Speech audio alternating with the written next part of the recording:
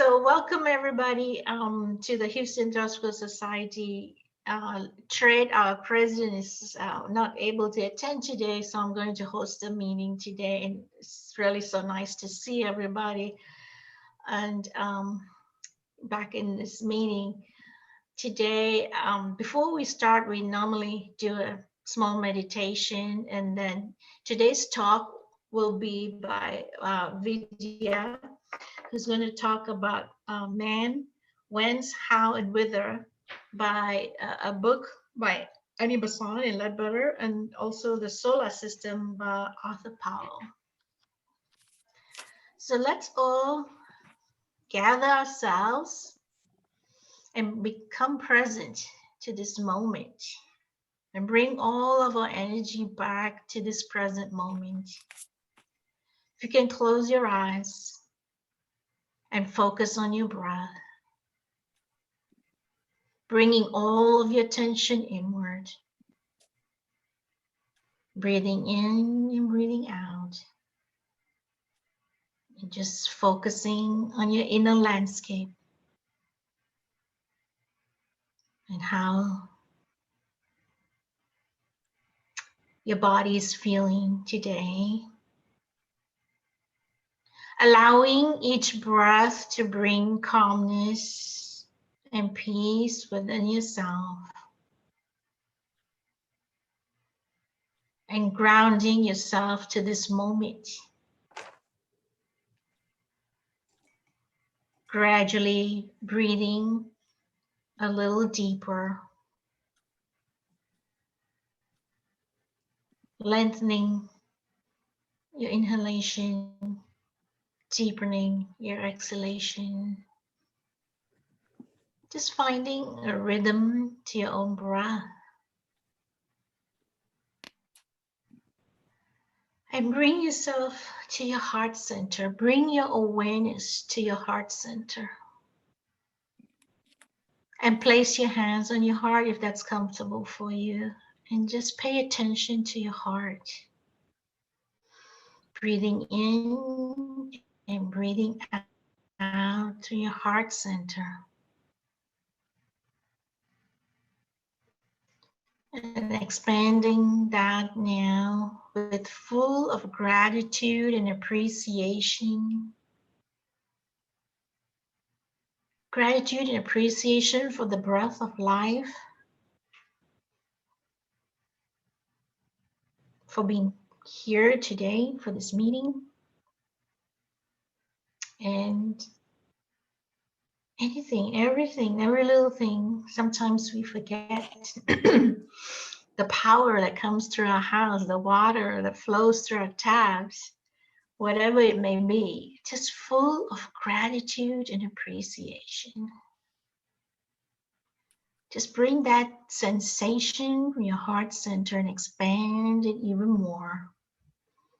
And remember the last time you were so grateful for something, or bringing joy, expanding it even more and even wider.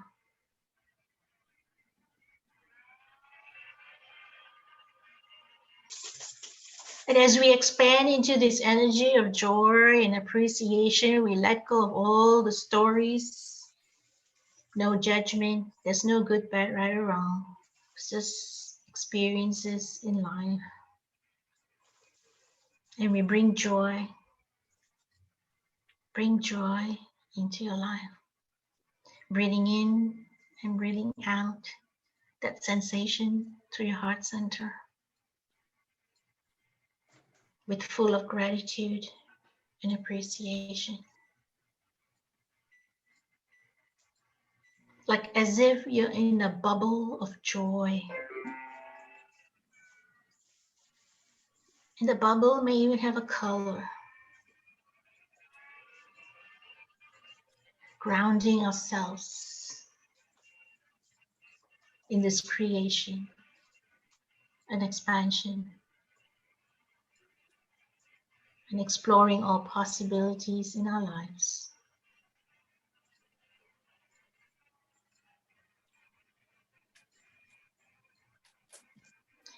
slowly coming back to this present moment, back to your heart center.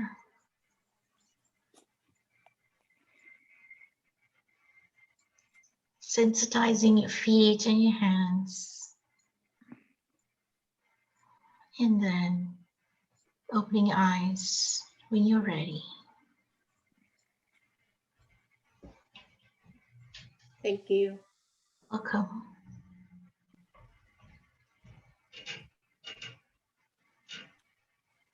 Thank you, Santi. You're welcome. So, is Vidya, are you ready to start? I have the announcement to make. Okay, sorry. The Texas Federation in San Antonio gonna be on Zoom on May the 7th, 8th, and 9th. And we will send out more information. Thank you, Lynn. Thank you.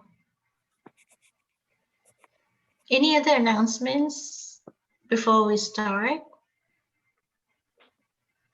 All right, Vidya. I think you're mute. So if all of us can mute, unless we have a question, we can just unmute ourselves. You guys are able to see, right? Properly. So, hi everybody.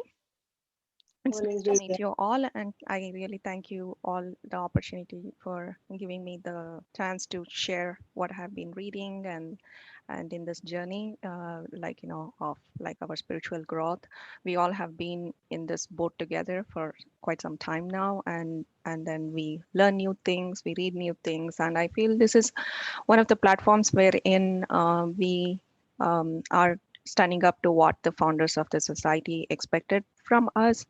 SMS, the study, meditate, and service, the first part being the study. So we are studying and we are growing together by sharing this knowledge, and really thank you guys for taking this Saturday morning and giving me the chance to share a very little bit of what I have been learning. And as usual, please feel free to stop me and ask questions in between. I do not mind at all.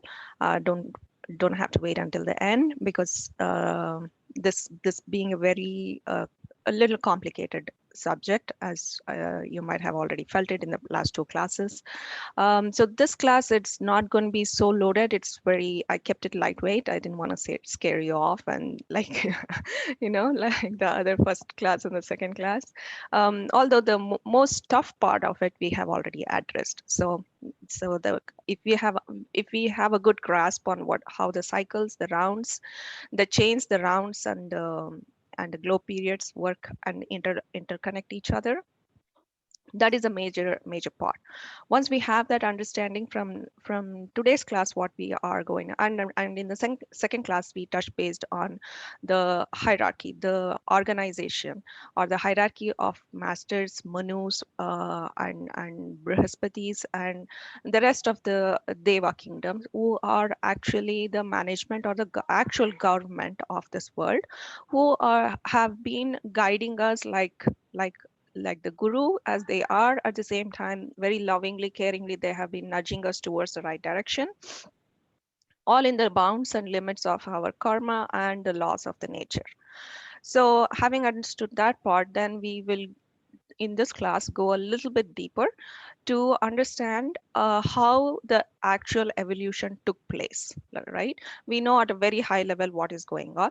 There is a chain, and then we come into the 7 rounds, forms a chain, and then the 7 each round has 7 glow period, and then within those glow periods we have 7 root races. So 7 root races forms a glow period, and 7 glow periods forms a round, and 7 rounds forms a chain. So, and 7 of those chains form a scheme of evolution. Now we are the easiest way to remember where we stand in this evolutionary phase is 4, 4, and 4. That means we are in the 4th chain, and we are in the 4th round, and we are in the 4th globe period. So our address is 4, 4, and 4. It's very easy to remember, right? That means we are in, if we divide 7 into half, that means 4 falls the median, that the half of this of the 7. So we are exactly in halfway in our globe period also. We are exactly in halfway in our rounds also. And we are also exactly halfway in our chains also, being in the fourth chain.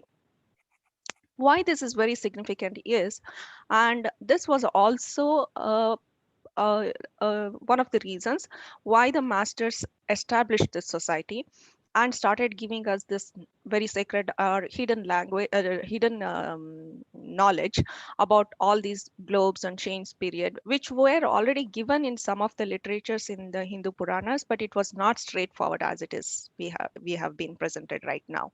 It was a lot of twists and turns. The Sanskrit shlokas were very complicated. If an average man who knows Sanskrit, who reads it, would not be able to decipher it.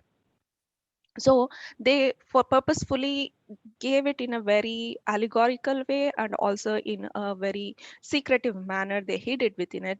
Unless and until a guru was there to decipher that shlokas for you, you wouldn't understand.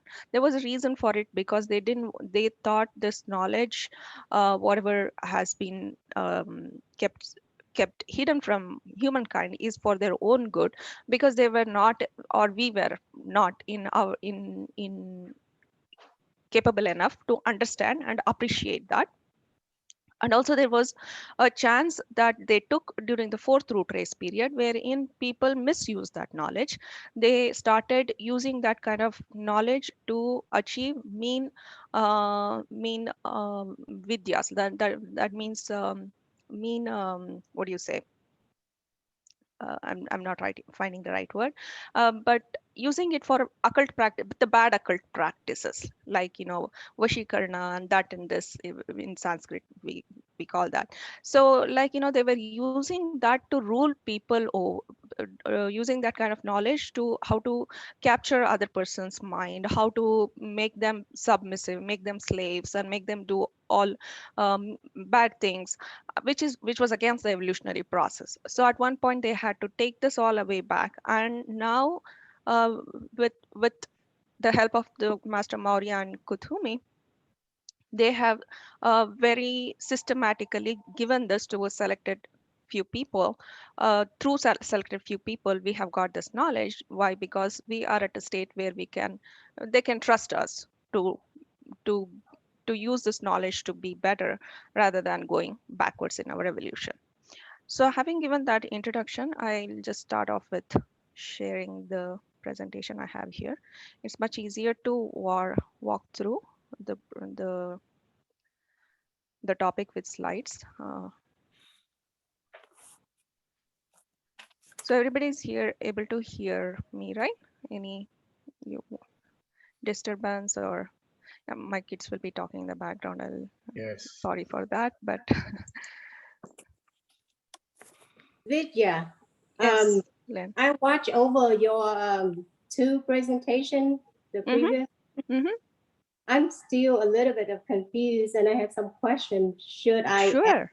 now, or should I email you, because I don't want to waste people's time? No, let's, if everybody is okay, we can talk over it right now, because I think there are some new people who have joined today. It might be a revision for others too, before I jump into the details. Because today's topic, I have kept it very light, so we should be able to manage it. Yeah, go ahead, Lynn.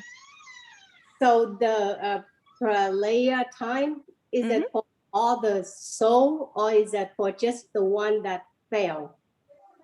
Okay, the Pralaya time is the time wherein Pralaya means a great flooding. It literally means Pralaya is flooding. So what happens is, let me open this slide here. Everybody able to see the slides, right? Yes. Presentation? Yes. Yes. So if you see this slide here, we have in our scheme of evolution, in the Earth scheme of evolution, and by the way, there are several millions of these kind of scheme of evolution happening in parallel, and there is one intelligence which is guiding all these things. So imagine if we think of God, we shouldn't think of him as somebody who is sitting here to make us get a good job, make us get a better life, or get a boyfriend or a girlfriend. That's how we go to God for. Please him, like, oh, make me win a lottery. No, it is this super intelligence is looking over many thousands and millions of schemes like this. Now, once one right now we have a clear understanding of our Earth scheme. Within the Earth scheme, you can see there are chains. There are 7 chains here. Chain 1, 2, 3, 4, 5, 6, and 7. All these together make the scheme of evolution. Now, in between moving from chain 1 to chain 2, you can see the red circle here. That is a period of Pralaya. Now, Pralaya is called a period of flooding wherein all the souls which were inhabiting the chain 1 is already dead or will die during this process of Pralaya. That means there will be great floods, or it can be volcano, it can be fire, any elemental which can destroy. The souls are packed away. People who are dead will not be reborn, but people who are alive at that point of ending of the chain will also be killed. And the whole components of the earth, like, say for example, you have 7 clay balls, like, you have those the clay which people you kids use, what is that called, play-doh. Play-Doh. Yeah, play-doh. You have 7 play-doh balls, and then everything comes and you make one big ball. Okay, you combine everything, you make one big ball, and from that big ball you again make 7 new balls, right? That's exactly is what happening here in the Pralaya is for the earth. Like, the whole earth is compressed, like, you have 7, the earth as a body. The earth is also a living being, that we have understood, right? So it's not just the earth is a non-living entity, it is living, and it is also going through the process of spiritual evolution, just like we are going through this process of spiritual evolution. So the 7 bodies of the earth is clubbed together, mixed up, and then 7 new balls are made. During this process is called the Pralaya period, when there is no souls incarnating. So, And in sorry, during that Pralaya time, there was no more living beings. no living being, as in it's not alive in the physical world, but it is in the devachanic or higher, in the subtler planes. We mostly in the devachanic plane, we are just in a sleepy state because we are not able to be awake over there and make our progress. Actually, if we have a good causal body, then we can be awake over there and we can do our spiritual progress there also. But since we don't have a very good causal body where we can actually think about like this, like say infant is born. As soon as he is born, his physical body is not able to get up and walk and run and do a marathon or anything. But over a period of time, the body develops and he can run a marathon or do many things with the body, right? The same way our causal body is right now like an infant baby, because we have not put much effort in developing the causal body. How do we develop the causal body? With proper spiritual practices, with meditation, with proper kriya, with yoga. There are many techniques to do that. That's a separate topic by itself, but that's a point. Since we are infants in our causal body, we are literally infants, somebody needs to take care of us. We are not able to get up and consciously do the task there. So that's the state we will be when the Pralaya is going on in the world. Yeah. Any more questions? So let's say during the 7 root race or the sub race, if I already evolved to the level that I can go to the next one, but then everybody else not, then what do I do during that time? Do I keep recycle? I mean, return rebirth? Okay. Many of the root races, they don't go by slices of periods. That means when there is fourth root race evolving, within the fourth root race there will be seven sub races, right? There will be seven sub races within the fourth root race, and there will be fifth root race, and there will be seven sub races within the fifth root race. It's not like, okay, 100 years is for fourth root race and there are seven sub races. After 100 years we are going to kill everybody and get the fifth root race. It doesn't happen like that. There is a considerable overlap of period. That means, like, for millions of years actually, fourth root race and fifth root race people will be coexisting, right? So say you graduated from your fourth root race, like, and then what happens is you are completely learnt all the lessons that you needed to from the fourth root race. Being born in all the sub races, you inculcated everything, you developed faster, then you will start taking birth in the fifth root race people. Okay, say right now we are in the almost in the fourth sub race of the fifth root race. So say now you are completely evolved in the fifth sub race also. You want to go forward. We already know that there are certain groups of people who are getting masters have picked already, and they are already being trained physically and mentally and spiritually. They are getting special training for them to get ready for starting the sixth root race. Now these people are under the proper guidance of a master. In a separate communities they live. One of these things which is present in Nilgiris, it is a place in southern India. It's a hilly region, it's a mountainous region.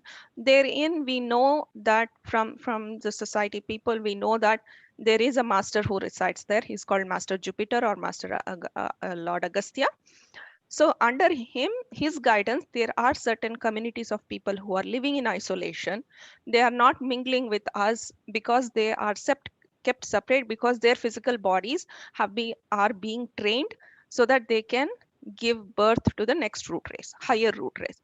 Now, if whatever is currently existent in this world as openly right now, like as we are, if we make proper progress, then we will be picked into those kind of communities, right?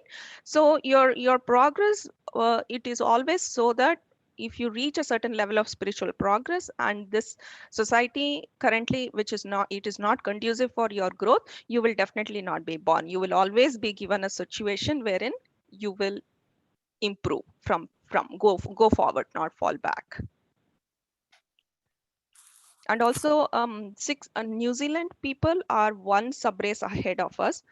So New Zealand people are also a little bit forward with respect to the evolution, with respect to the rest of the world. So those are the communities where people will be born if they are already developed or making progress.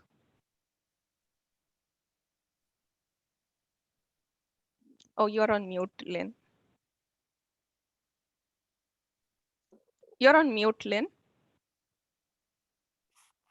I asked this question to a lot of people, including Van, but I don't have the satisfied answer.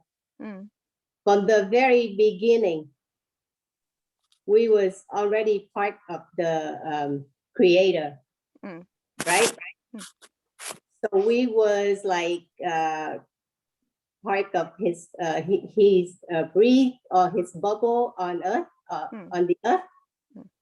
So if we are part of him already, it means that we was perfect already.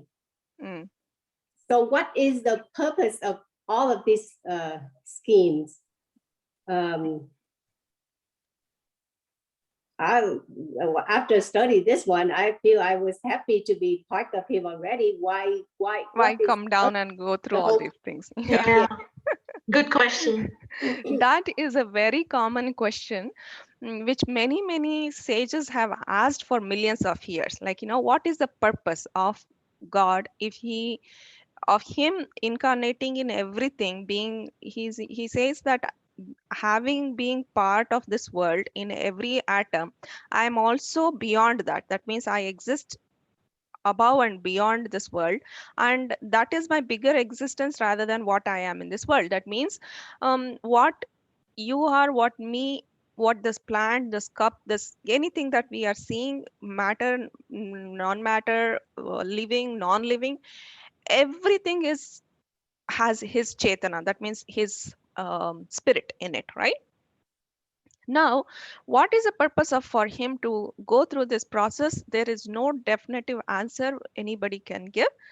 And HPB says that don't ask that question because it is a really, she says that it is a very really stupid and crazy question. Why? Because if I give you the answer, your brain, with your brain, you'll not be able to understand.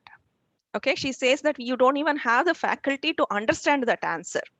Like say for example, I want to go scuba diving. Can I go to scuba diving just like that? I jump in there and go scuba diving? No, because my body is not equipped for that scuba diving, because I need some equipments so that I can get prepared, and then I go in there and then I can do the scuba diving, right?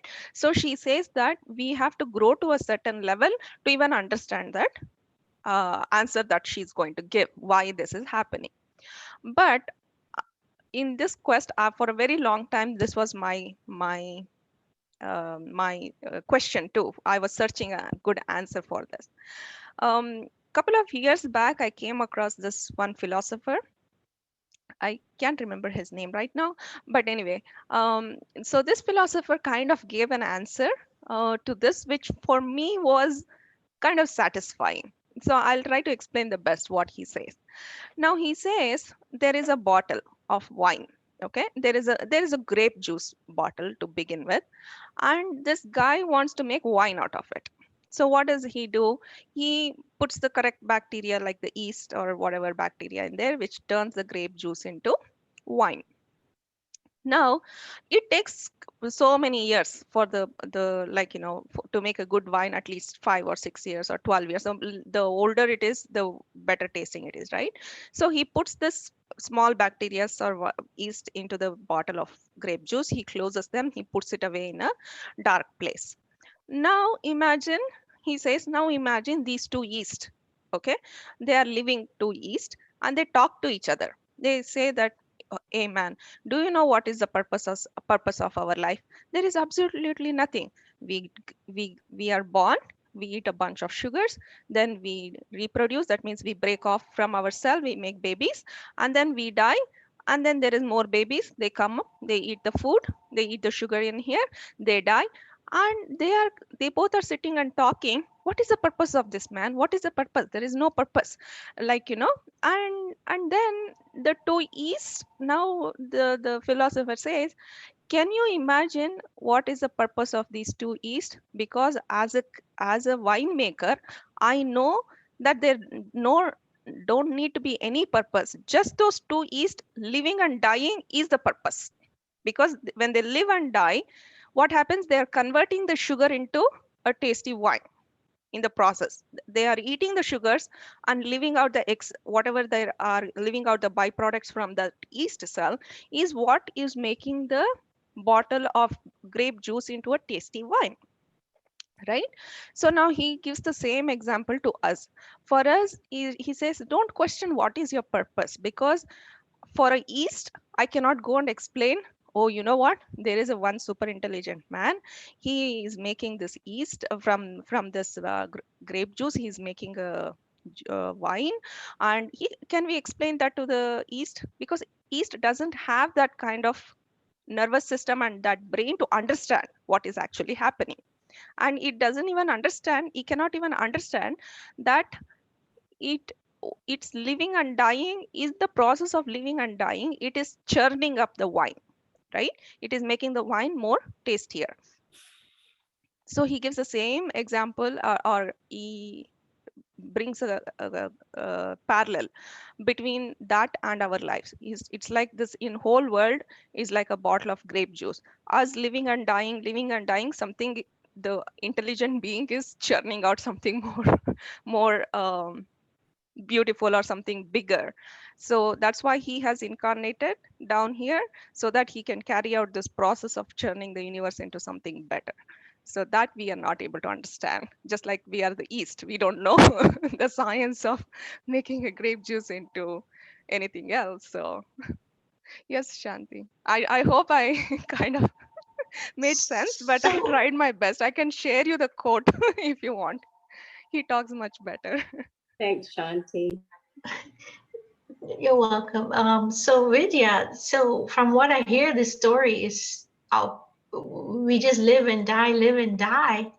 Then why do we talk about evolving in consciousness? Yeah, yeah, I, yeah. That it, means our conscious evolution is the process of making the so wine here. Our right. conscious evolution and developing and going back, this downward arc of coming from the god to the mineral, and then going back from animals and humans, and evolving and going back to him. This is a process of churning. He keeps on, and the cycle is going on, right? Because nobody knows when this cycle started, and nobody knows when it is going to end. Like, for billions, trillions, and more than what we can count number of years, this cycle has been going on, that fresh souls have been coming out from the higher intelligence, and these souls are going back to him. This is like a constant cycle, and there is no end at sight, and there is no beginning. We don't know when the beginning is, and we don't know when the end is. So So that I think that's what I'm saying. The analogy with the wine in us, because we were given a brain with a high hmm, connected to a high intelligence, so that we have a capacity, and if we true. expand that capacity to understand, then we can understand. Yeah, we can So understand it. the Yes. mind plays a big role in that connection and consciousness. And I think I always go back to what Mr. Fali always reminds us: consciousness is the currency of the spiritual world, Mm, when money is the currency of the material world. So true. how we use our consciousness to evolve, the currency of consciousness plays a big role. Yeah, true. Yeah. One more analogy that he gives is, like, we are like a salt doll, right? You take a bunch of salt and you mold it into like a snowman kind of doll, and we are like that. Our personality is like that. Our mind, our intellect, everything is like that molded salt. Now, say I throw that salt doll into the ocean. Since it is heavy, what is it going to do? It starts to sink. Does the doll reach the bottom of the ocean? It doesn't reach the bottom of the ocean. What happens? Because it becomes one with the ocean. That's what happens to us. Like, when we go on this path of upward arc, at one point, this consciousness is going to expand so much that we become the ocean itself. We become that higher consciousness itself. Then there is no me, the personality of me as Vidya, or you as Lynn or Shanti. There is nothing. All the dolls became the ocean. So this expansion of consciousness is all that we are working towards. The more we can expand our consciousness, we have achieved our goal. Like, that means that's the purpose of this evolution itself. Thank you. That helps. Thank you. Yeah. Uh, I have a comment to add to Lynn. I think with respect to her question, I think she's asking more along the lines of we are part created by God, so we have like some parts of it. It's perfect already. Why are we having to experience all of this, um, going through all this development and all that stuff? And I think the answer is more like, okay, what's the purpose of life? That's the question that everybody asks. And I think it's more like, think about like God is a creator. He has all this power. That's just his will. That's his just plan.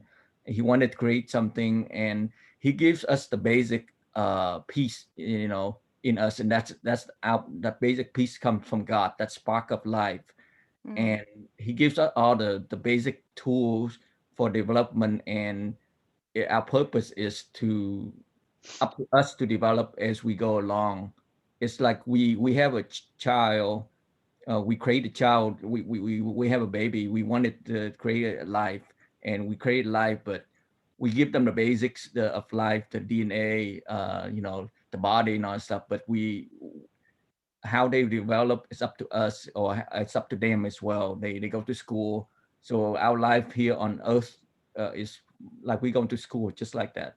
We're learning and we progress, and we develop and be better. So it's basically like the purpose of life, I guess, is we have the spark, the basic requirement that God gives us. Everyone has that basic, but um, we have to get better. We have to learn and evolve. And so it's not like that we are part of God, so we're perfect and we don't need to do anything else. I think so. Ling's question is like, we are a part of God, so why we have to go through all of this? I think we have, I mean, I don't know, we can allow Vidya to move on to her presentation, or is it Yeah, okay? thanks, Vidya. Oh, no problem. Yeah. Okay, that was nice discussion and a good start to warm up what we are about to go through right now. Okay, let me get the right slide here. Okay, I just want you to recap on the slide here. So, oh, sorry, yeah, there. So we have the first root race, then we have the second root race, which is the Hyperborean, and the third root race. Now, before we, this is in the fourth globe. That means the Earth. This is how the root races started off in the Earth. Before we even got here, when we came to Earth, we came as human beings in this chain. But before this chain, even before we went into this earth scheme, then we were in the third chain. Here, if we have to make an analogy here,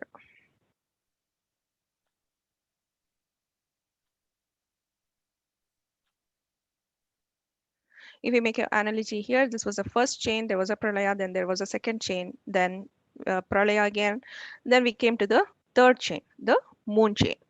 So when we were in moon chain, we were all animals. Not all through, and then there were 7 rounds which happened within the moon chain, right?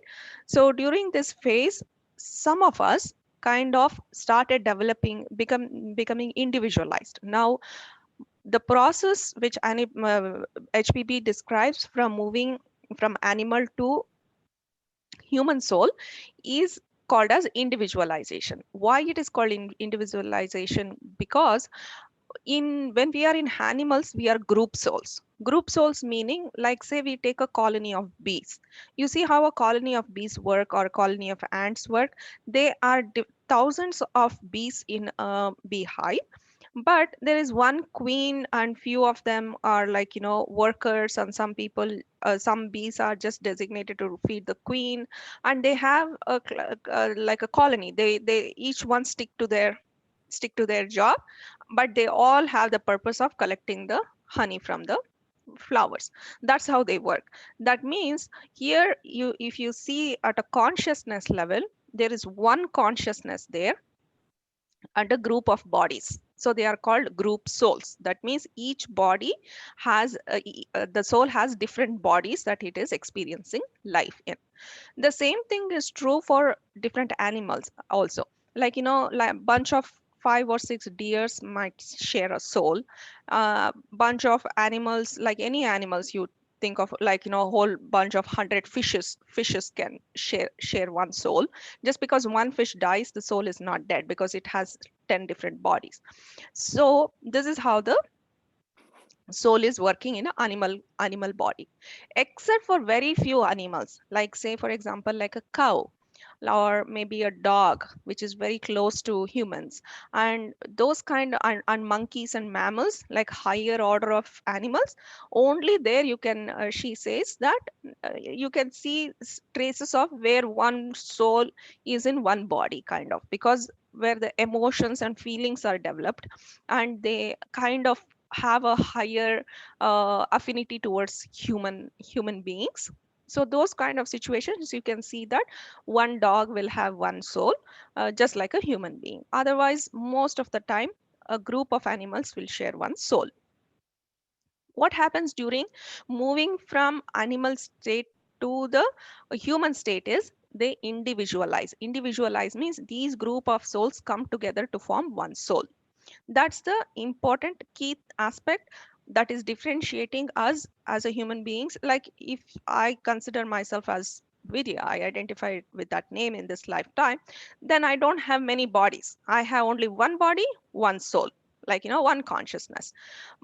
But this has happened because over a period of time, living for millions of years in the animal life, at one point I got an impetus. Impetus meaning that I identified myself with the consciousness rather than the body, and all my consciousness, which was spread around in a group of animal bodies, kind of collaborated and they came together.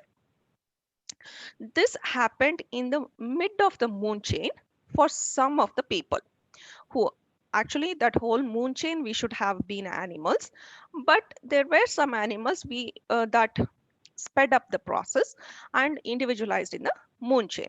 Now we are going to look at how that process happened in the moon chain and what significance it has to people we know today, because some of the people were we can see that when Leadbeater traced back his consciousness and went back and examined that lifetime, the moon period, then he sees and identifies certain souls that we know today.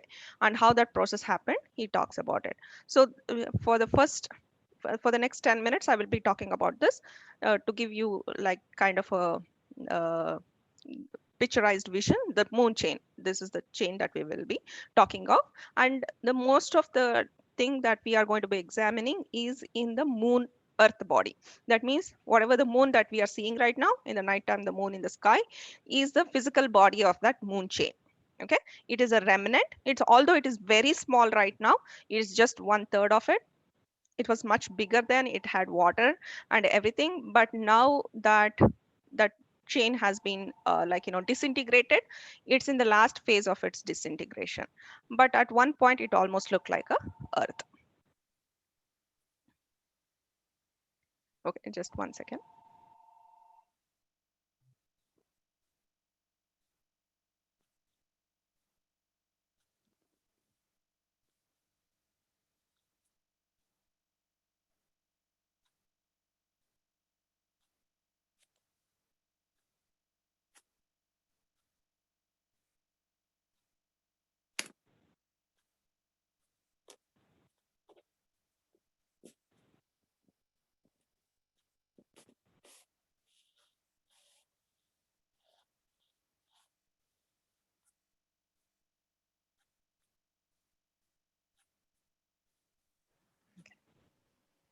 Sorry for that.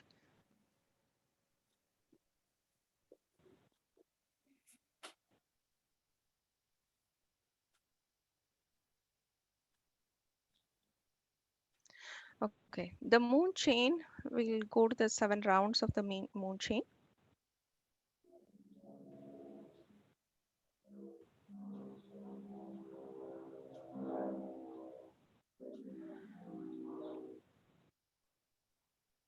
Okay, you can see here in the moon chain, when Leadbeater says that he picks a period of time, which is the mid part of it, which is like halfway through the moon chain, he wants to examine how life was in the moon chain, and when we were animals, how did we exist there. So most of us right back then were small mammals, have long bodies and short legs, a mixture of weasel, mongoose, and prior dog, have red eyes and able to see in the dark. This is on overall a composition of human body. Sorry, animal body for us. The people who are humans right now, most of them were mammals by halfway through. People who were not mammals then, they come in the late in the incarnation to the earth chain. They have friendly relation to the moon man. These mammals individualized in the globe D of fourth round. They developed human, astral, and mental bodies. They have 3 rounds as human beings in the moon chain. Mars and Mercury are part of it. Now, when I say Mars and Mercury, it's very important here. I'll come to that a little bit later.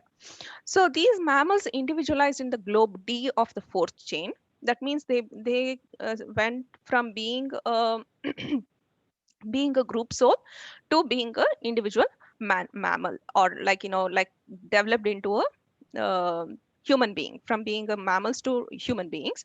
What was a significant change that happened is they developed human, astral, and mental bodies. Now when I say Mars and Mercury, these are the names that Leadbeater gives for Mars is Master Maurya, Mercury is Master Kuthumi. So he gives this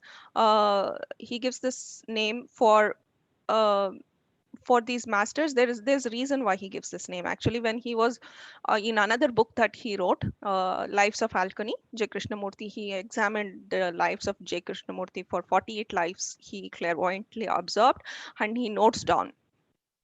He started off, when he started off examining the lives of Alchemy, he didn't know that he is going to encounter so many people right now who we know were taking birth with him side by side. So only once he started investigating these things, then he sees that, oh my God, this is not like a one lifetime that suddenly we come in close being with these masters and we are starting the society and everything. Then he comes to see that over the period of 48 lifetime, when he investigates, he understands that this has been a very long plan. And Vaivasvata Manu picked these group of people like Alkoni, Annie Besant, J. Krishnamurti, uh, Leadbeater, HPB, Alcott, Master Maurya, Master Kuthumi, then a lot of other people. There is a list of 100 or 150 people who were associated closely with society.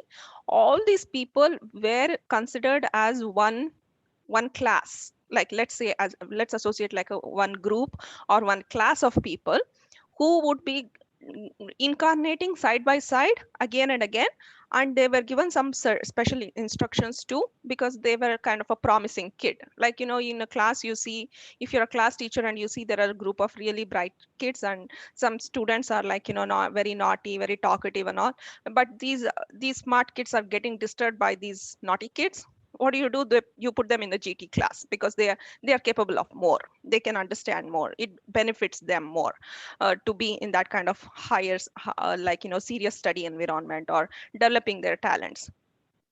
The same way, 1 million year ago, okay, 1 million year ago, right from this book was written 100 years back, so not much of a difference. So 1 million year ago, the Vaivasvata Manu identified these souls and he picked them apart.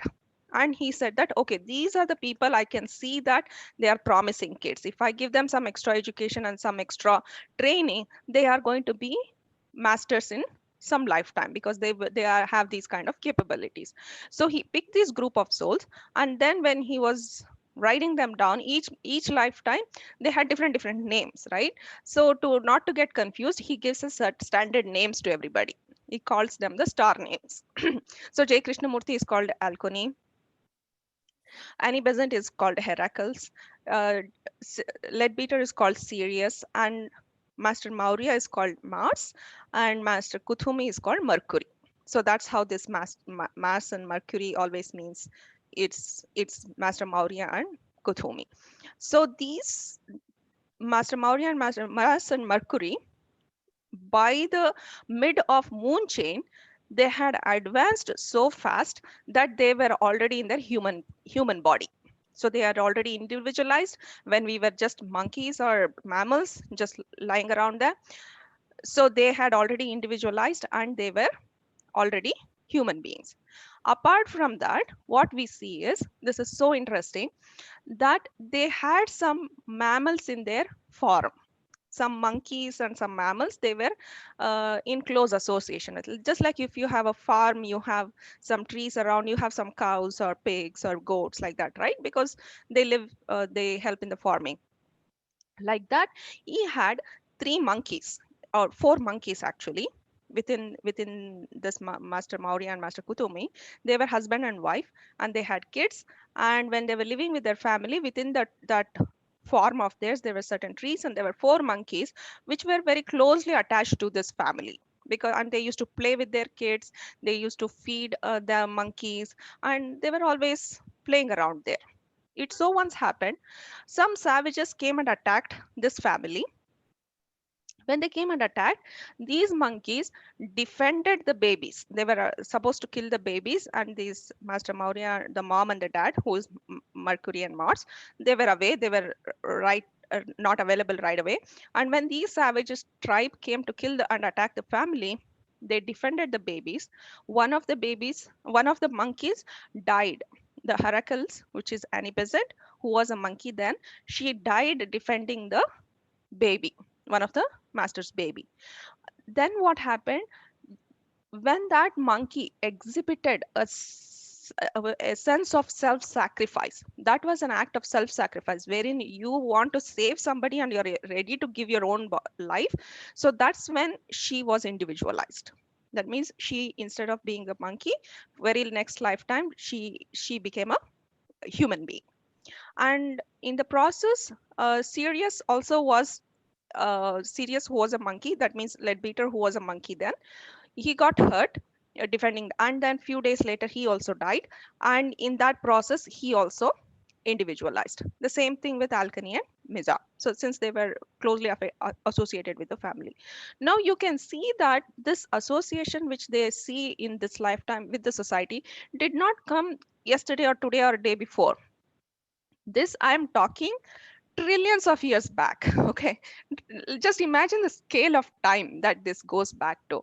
And this also gives us an understanding of how our group and our families are also associated. We are also part of this big group. We don't realize. We can see that, okay, this is my mother in this lifetime, this is my daughter in this lifetime, and we are limited to this lifetime relationship. Sometimes we develop friendships with people who are we have never met in life. Once we meet and it just sparks, we just become friends just like that.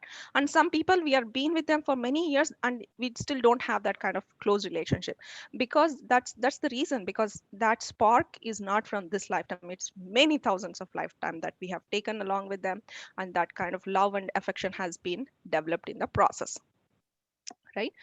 So so here you can see the second set of mammals become domesticated. So we, Heracles, the Besant, Sirius, who's Leadbeater, Alcony, and Mizar, who is J. Krishnamurti and J. Krishnamurti's brother. Mizar is J. Krishnamurti's brother, Nityananda.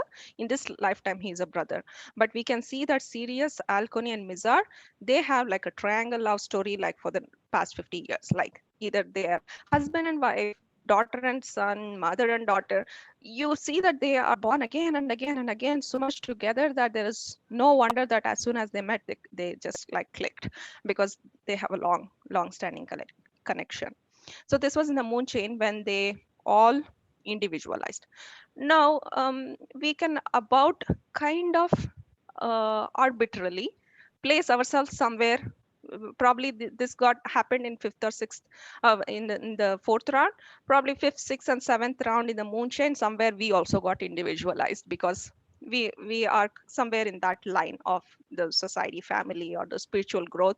You can see that they say that in one place he says that people who are more spiritually inclined, who like this society teaching all these things, they have this individualization in the moon chain, because they had couple of rounds there, extra time to progress. And when they came to the earth life, they were already way advanced than animals who got individualized in the earth chain, right? So here you can see that was okay. There's one more important point I want to note here. Here you can see that Heracles, who was saving his master's life by action, individualized through will.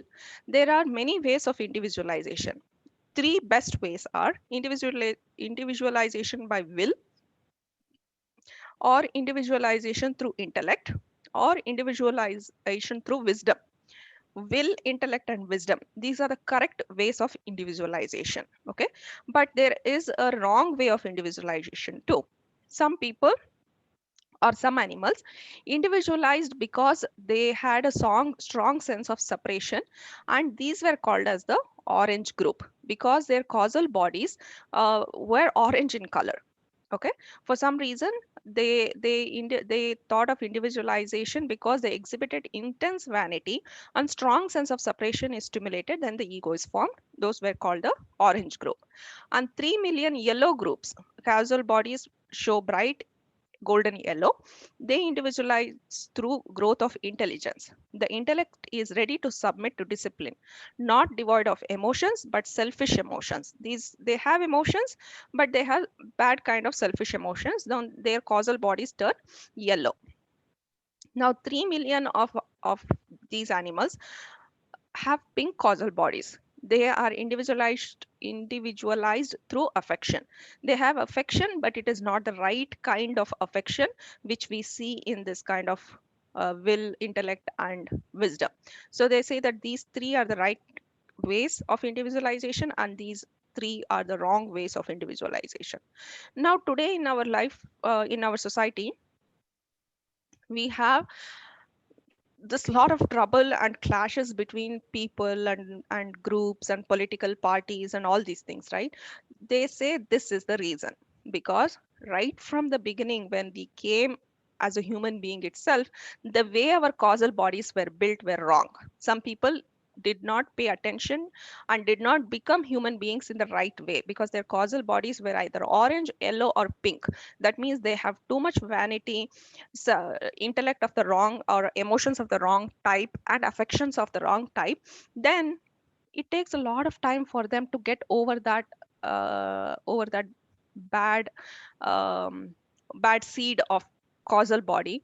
Once their causal body itself is structured wrong, you cannot teach them morals. They become criminals, and they have this kind of very bad effect on the society. And you, like, you people wonder, Arey, how can one somebody be such a bad person? Like, how can they do this kind of crime? Like, it is not even human, and it's so inhuman. Kind of, we question that, we blame that, because for some reason or the other, when they individualized itself, their causal bodies were different. So that's the reason they're still catching up. Like, it doesn't mean that we shouldn't have any compassion for them, but it is just that we have to understand that this is what is going on in the back.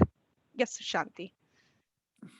Does that mean people who are born like that, then there's no hope for them? No, Isn't no. that, wouldn't that be the purpose to evolve? And No, that's not the case, because we, in going forward, you will see how the masters gave them many opportunities to come out of it. They create separate evolutionary scope for them. They create separate communities for those kind of people, to give them extra time and support to get out of it. It's just that some souls don't want to do it. They just always are tended to go in the backwards, and they are like hmm, very, like, it's just that, if there is a saying in India, if the person is trying to climb a coconut tree, you can push him to a certain level. After that, he had to climb by himself, right? You cannot go push him all the way high. So that's the kind of support. They keep giving them support, but they are not putting their effort to climb higher. They just are very comfortable in their whatever they are and however they are. So that's the problem there. wow. Because I had an understanding that the soul, we're always born with a soul that's always trying to guide us. Yes, they And are guiding, but some then, people are not receptive of it. okay, so then if they're not receptive, then are you saying there's no help for these people? There is a lot of help for them. So They are we given, are these people given tools and techniques to, or whatever it is on this earth, to help them evolve? Yes, To yes. me, I'm using a Yeah. language, evolve to a higher level of Yeah, consciousness. yeah. And what So there is are it? many people who came with these kind of wrong causal bodies, and they evolved. They evolved with the opportunities given, with the education given. They did evolve and get out of there and came out to the right side. But at the same time, there is a small population of these people who are finding it difficult to overcome that lower drag, lower influences on themselves, and they are not able to get out of that slump kind of situation that they are in. And one example she gives going forward is in the fourth Atlantean root race, when this bad black magic, occultism, they all, like, they gave all the techniques and tools for the people to evolve, right? But these set of orange people, the yellow people, what they did was, when they learned all these techniques, they started to destroy the world. They started to harm the people. Even one lifetime, J. Krishnamurti himself, he's born as a female, and there is this kind of black magic which affects him and his son so badly that for the next few lifetimes, his son never got out of that kind of black magic, because like some of these people, they had used this technology that was given by the masters to cause harm to others. So that was the whole purpose of sinking the Atlantean race, because it went completely out of control. It got so bad that, the Bermuda Triangle, that's where, like, the Posidonius and that area was where there was a big island, which had most of the fourth root race people. It sunk down, and even today you can see that the black magic is so effective that the planes get sucked. The many bad things happen in that Bermuda Triangle, right? The ships getting sucked or sunken for no reason. So that's the kind of misuse they did of their knowledge that were given to them. Yeah. Thank it, you. it's it's just part of the evolution. I think God has already prepared for certain percentage of people will become like this, so what to do, kind of, they have a backup plan for that. So next slide we'll go. So Ed what has was a the question. Vidya, yeah Vidya, yeah I have a question. I know that in the moon chants that Master Kutumi was named Mercury, right? Master Ma- Moria was named Mars. yes, yeah, yeah, Leadbeater is Sirius. yeah, Hariko is any person. yeah. Outside one, we all know that the Krishnamurti. Who is Misa? Mizar, in this lifetime, Krishnamurti has had a brother, Nityananda, right? He died in Oh, okay, 1921 okay, I got 22. him. Okay, Yeah. thank you. So that Mizar is his brother in this lifetime. For Yes, many lifetimes, he's been many roles, like husband, wife, brother, sister, like that. Yeah. But they thank you. both share a very close bond. So that's what Leadbeater says, that this Alchemy and Miza, you can see that every lifetime they are born together. Somehow they had that kind of attachment, which we saw in this lifetime also, that they were born as brothers and sisters. And when Annie Besant wanted to take J. Krishnamurti and train him and everything, J. Krishnamurti said that I'm not coming if my brother is not coming with you guys, with me. Yeah, so then they had to take both the boys. Like Leadbeater had to train both the boys, and he said flatly to Leadbeater, I'm not coming to the society, I'm not going to any training or anything what you say without my brother. So that's the kind of bond they had in this lifetime also. Okay, that is a big bond from two of them. After he died, that Krishnamurti have a Yeah, very big yeah, it change was a big after that. shock for him and a big change Right. in his Okay. life. Thank Yeah, you. yeah. And he was reborn in Sri Lanka, right? You know that, right? He was reborn in Sri Lanka, Nityananda. And he again, in the second lifetime, he comes in contact with J. Krishnamurti again, and he's again becomes a part of the society in Sri Lanka. That's a different topic anyway. Let's not deviate. Okay. So, what is a plant and animal life? Like, much of the vegetation in sixth round belong to fungus family, but gigantic and monstrous. Trees grew to great height in single year and were semi-animal. This was very interesting. Like, the trees were like half animal and half plant, it seems. Red sap like blood gushed out under the stroke of axes. Like, if you go cut a tree, there was blood like liquid which was coming out.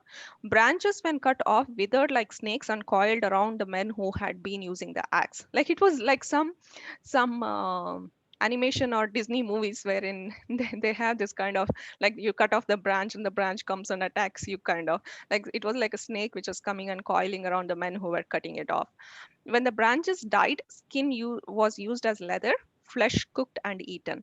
Trees were carnivorous. That means most of the trees, when they see some animal or human beings passing by them, they used to grab them and eat them up. There's a lot more details. Okay, this is just like 0.1% of what I have captured here. The book gives you so much details. I at one point I at one point felt like somebody should make a movie of this. Even the some things we can't even imagine. The reality is much more what do you say, exciting than the most exciting Hollywood films we have seen. When I was actually reading all these things, I got really surprised. I was like, what, really? Kind of. The insects were 2 feet long and mostly dreaded by human form. Like, insects used to eat the ant. eat the human beings. So I was wondering, probably that's where some fear of spiders and things come for some human beings, because they had probably subconsciously something had happened like this and they remember that. The year was roughly the same as the present. That means it was like 365 days was 1 year. The relationship of the globe to that of the sun was a similar. That means the moon still went around the sun, just like the earth goes around the sun. And on globe D, oh, this is important. See, on globe G, that is A, B, C, D, E, F, G, that is the seventh globe in the moon chain. You can see that Lord Buddha and Lord Maitreya passed the first initiation and reached Arhatship, full success. That means for each chain, there is a certain set of examinations so that you can graduate, right? So if you get one initiation, that means that's it. You don't have to be reborn, kind of. So the limit set for the moon chain was arhatship. Arhatship is like the I think the first initiation. If you had reached the first initiation, that means you don't have to take rebirth. But for our earth chain, I think it is the third initiation. Only after third initiation you are jivan mukti. That means you don't have to take rebirth. You can be in the devchanic plane and you can evolve from there higher. Because only once we come to the earth chain, we get all this karma, this bonding with people. This karmic chain will keep on floating, right, and keeping us bonded here, right? So once you are reach the nirvanic state, means that means you are free from birth and rebirth. So in the moon chain itself, you can see in the globe G, Lord Buddha and Lord Maitreya passed the first initiation. That means they were the perfect students who achieved what was set for them, and they were called as the full successes. That means those two people were really the successful people. But you might ask that since they already passed and they didn't have to reincarnate, why did they reincarnate? It was then, it seems, that Lord Buddha made a promise that he is going to stay here until the last of the humanity comes with me. That means he already decided then itself that he is not going to go. So that's why he kept reincarnating again in the world also. That's why his sacrifice is considered so big, because long trillions of years back he could have gone and become one with the infinite God by now. But look at the sacrifice he has made. He's staying here to guide us, and with all the love and affection he has. And globe G, Master Jupiter is Master Agastya, who is a patron saint of Indian spiritual development. He entered the path. That means he got him there. Now, in among the masters who are there in their physical bodies today, Master Jupiter is the oldest, because he's been here for more than, they say, more than 5,000 years. Actually, he's keeping the same physical body.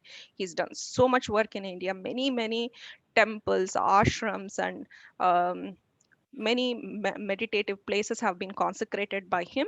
And all over India you can find Agastya Muni in all the scriptures. He is regarded the highest, like one of the highest munis. Munis means sages. So look at him, he already in moon chain itself, he had entered the path and already making progress, right?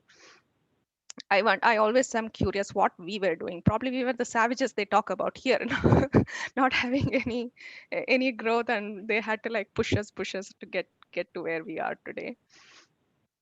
So that was the gist of moon chain. Now we'll jump into we are done with the third chain, because there is a lot more details in the moon chain, but I just picked what is very interesting. We come to the earth chain. We are coming to the whole next chain. That means from coming to the moon chain to the earth chain, there's a big pralaya happening. The same period of whatever it took for the moon chain to evolve, the same period is the pralaya period, and then we are coming to the earth chain. Now in the earth chain, where are we? We are in the fourth round. That means there are 3 rounds before the current round. So we going to I picked up there's a lot of details within the first 3 rounds, but I just picked up the very relevant ones. If somebody wants more details, I would recommend them to a lot of juicy details, very interesting details are there if you guys want to read the book. But the most important ones I have picked here to give an idea of how we came or where we came from. So in the earth chain, the first round in the earth chain, Mercury and Mars are in gaseous state. Now here when I say Mercury and Mars, it's not the masters, it's the actual planets. Okay. Mercury and Mars are in gaseous state. Earth has solid matter, but heat is so great that there is molten lakes of metal. All the worlds look like churning whirlpools. Temperature was about 3500 degrees Celsius. Copper was in state of vapor.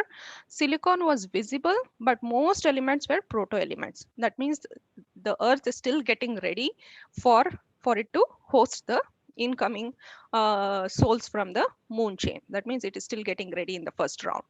At the pole, there was some boiling mud, which gradually settled down. And after some thousands of years, a green scum appeared, which would later become vegetation. In the first round of the Earth chain, the Manu brought down all the archetypes for the whole of the chain. In the first round, when the forms appeared, it followed the Darwinian theory of evolution, but which is in turn directed by an intelligence. So what is interesting here, you can see that the earth was still like a molten mass. That means there is big balls of, like, metals still like a molten lake. Copper is not, solids are not yet formed. Forget about the land or water. It is, the whole earth is like a globe of fire. It's just burning up. The temperature was like 3500 degrees, so imagine how it was. The poles were a boiling mud. Even the mud was boiling. It was so much heat. So the Manu brought down the archetypes for the whole of the chain. That means the Manu who was set, who is a Manu of the fourth chain, Vaivasvata Manu, right? Who is still the chain, who is still our prana, the person who gives us the energy. or through him is where our prana means our energy come. We are alive because he is directing that energy to us. So in the first round, he brings all the archetypes. Archetypes means saying like, uh, it's nothing like a cookie cutter. Okay, you have different shapes of cookie cutters, right? Once you have that shapes, the prototypes, then you can cut the cookies very easily. That's exactly how they describe in the book. That means archetypes, meaning he brings like that cookie cutter kind of protocols, saying that, okay, this is how a human being needs to be. This is how an American should look like. This is how an Australian should look like. This is how a Chinese should look or an Indian should look. What's their average height? What's their skin color? What's their hair color? What is their eye color? Every small detail they have in that archetype, and that's how they are going to work to evolve the bodies. Let's go to the second one. Please stop me whenever you have any doubts. We can go over in. I'm just walking through this fastly because there's not much uh, it's not much complicated. In the second round, the temperature of the globe D, the Earth, had dropped considerably, so that copper had become liquid and in some places solid. So you see how the Earth itself is changing now. There were some land near the poles, but flames burst out if a hole was made. That means only on the top there was a solid, underneath it was still a burning lava kind of stuff. The shape of man was like a jelly-like, inconsistent and indeterminate in shape. HPB calls them pudding bags because of the curious shapeless objects. The forepart of the body had sucking mouth through which it drew in food. They had a kind of flap hands like a seal. This is by the way, we all of us. This is like that. This is how we were, and this is how we came. So whatever we are reading is us. It kind of gives a different level of what do you say, excitement to read about how we came from these kind of structures. Later, near the poles, feet and hands were developing, but still unable to stand. Slightly intelligence. You can see that a little bit intelligence started awakening at that point. Stomach turned inside out in if food was not liked. Reproduction was by budding. A protuberance appeared and after a while broke off. But consciousness was still dim and vague, and he had little thinking power. He was all instincts but no reason at all. So at this point, how were we? In the second round, how were our bodies? It was just a lump of mass, like, it was just a squishy ball, literally. Now, Blavatsky called them the pudding bags. That means you punch this bag, it makes a depression, but after some time it comes back to its original shape. And the hands were just like flaps in a seal, like, it's not much used, but it just keeps flapping. And the mouth also, mouth organs were still not developed for us. We still had like a sucking mouth through which we drew whatever comes our way. And sometimes it so happened if if these animals swallowed whatever they didn't like, they could flip them out inside out and throw the food out. So that was very interesting. The way she explained was like say if this was the pipe and some food went into the mouth like that and I didn't like the food, I can turn myself out like that and the food is out. So the body literally was like a like jelly mass kind of. And how was the consciousness? The consciousness was still dim, vague, and had little thinking power, all instincts and almost no reason. So we absolutely had no nervous system, sensory organs, nothing. How was reproduction? Was just by growing a small organ out of the body and cutting that organ off is becomes a new body or a new baby kind of. So that's how reproduction was. There is no sexes, there is no male, female, nothing like that. So it was just a very, very mundane and very primitive existence at that point in the second round of the earth. Now let's see what happens in the third round. Now, am I exceeding my time? Sorry, I didn't keep track of it. How much more time do I have, Shanti? At least 30 minutes, or 30 minutes? Okay. I would say 20 minutes for roundup. Yeah. Okay, yeah. So in the third round, earth conditions improved greatly. On globe C, I don't know why I left that sentence there. On globe C, Mars, on the Mars, some animals began to develop. Okay, before I go in deeply here, I want to give you guys a picture view of what I'm talking, so that way it is much more clear. Okay, coming back here, we came from this moon chain to the Praliya and we came to the fourth chain, right? Now within this fourth chain, you know that this is the fourth chain, wherein globe A, B, C, globe C is Mars, globe D is Earth, and globe E is Mercury. So these are the three physical bodies. This is actually the planet Mars, the actual planet Mercury, and the Earth. So A, B, and F are in the astral plane, and lower mental plane is globe A and G. This is round one, what we discussed now. Then we discussed round two. Then we are coming to this red circle, which is round three is what we are discussing. Hope this helps a little bit in giving, like placing like where we are right now.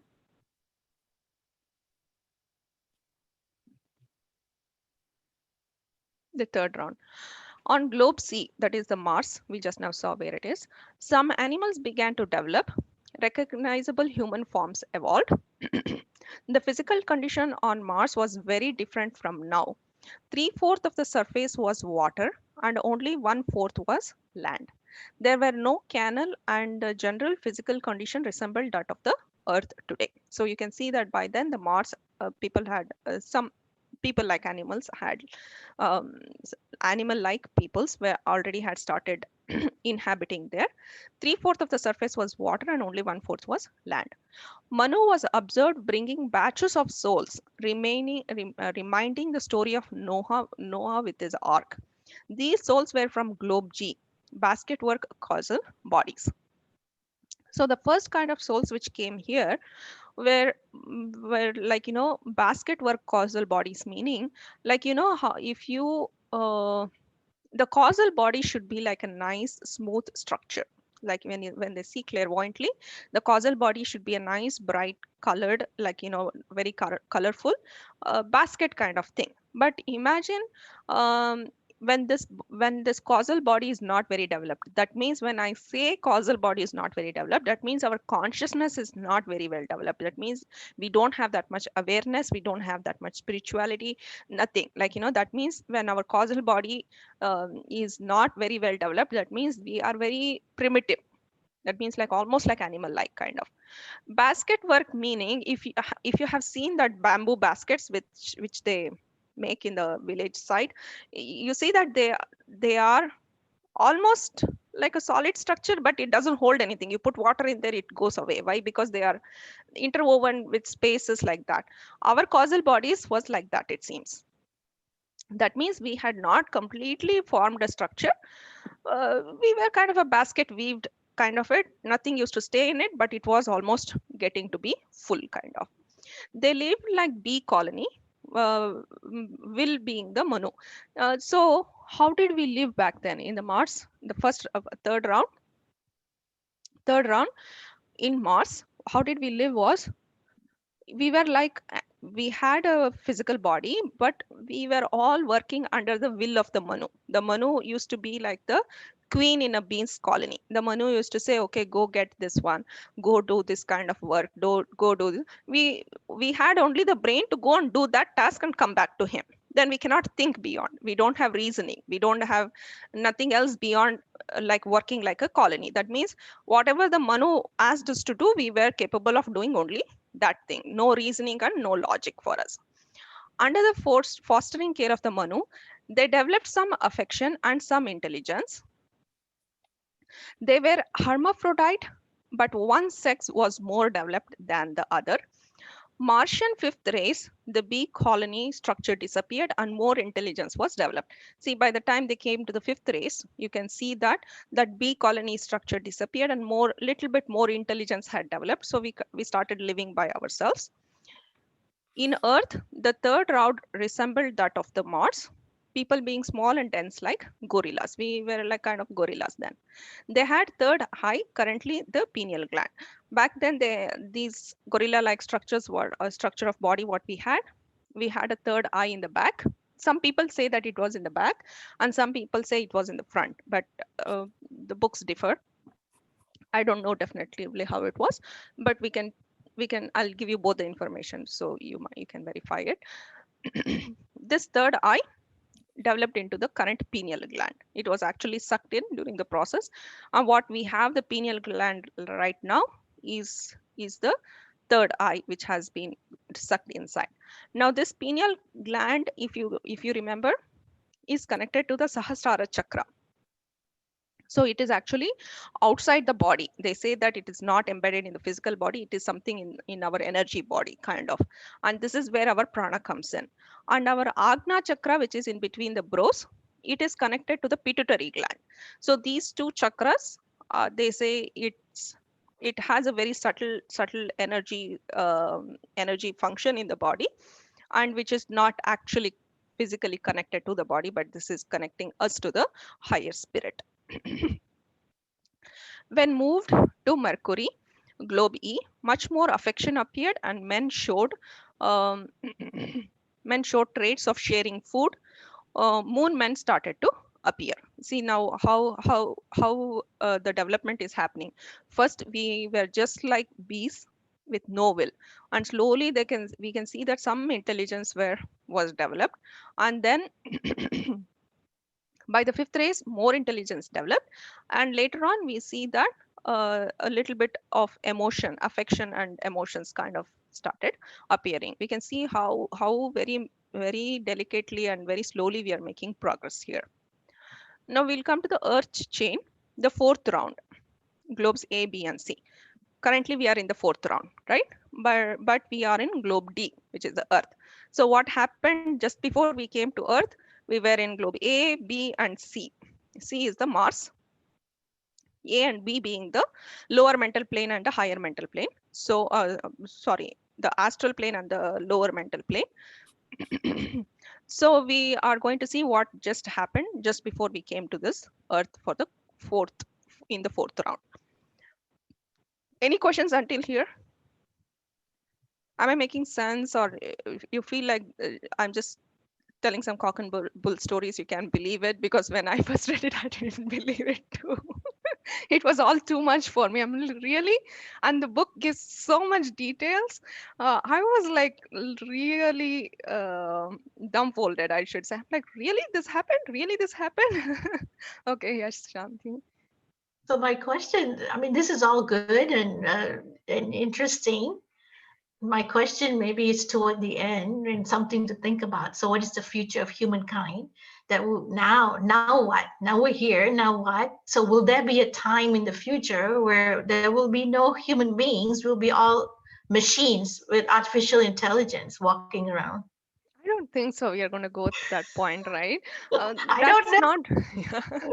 With that talk about, when you go to McDonald's, you'll be served by a robot, right? I mean, a lot Yeah, of that might happen. That might happen. will But human existence totally be eradicated. yeah, see, when the Industrial Revolution happened in the late 1800s, right? People thought, oh, now the machines are there, people are going to be replaced. We don't need human beings, but we still need human beings to run the machines too, right?